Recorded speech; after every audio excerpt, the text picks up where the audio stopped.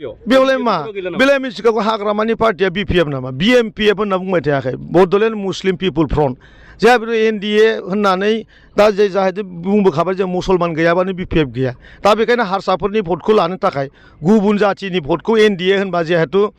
हारसाफ्रा भट होगोन मुसलमाननि बादै भट नांगौ नालाय बेनो ओंखायनो BPF नि नामखौ गावनो लानो गिदों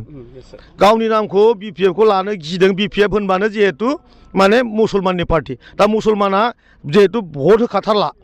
होखाथारलाखाय हारसाफोरनि भटखौ बोनो थाखाय NDA होननानै जेसे हागौ एसे होख्रावगासिनो दङ बेजों बे भट बुथुमनो होनना सानदों रावबो BPF खौ सैया BPF नि थाखायनो बे ओनसोलाव उन्नतिया बन्द BPF नि थाखायनो दिनै थासारिया बेवहाय जोबोद गाज्रि जुवा जौ ड्राग्स फरायनाया बन्द स्कुलाव रावबो मास्टारा थांलिया स्कुलाव दाबो गोबां स्कुलाव दिनै मास्टारफ्रा खाना फाथिफिनबाय जौ जुवानि खाना फाथिफिनबाय स्कुला बन्द जाहां थासारि एक नाम्बार खोथा बिनि बादैबो आरोबाव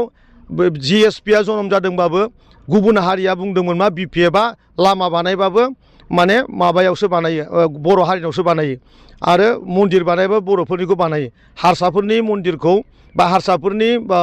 मन्दिरखौ लामाखौ बानाया होननानैनो GSP जादों अबर' जादों दा गथिखे NDA होनना होख्रावबाबो बै अबर'आ बै GSP आ बै कंग्रेसआ बै AGP आ बै BJP आ सासेबो मानसि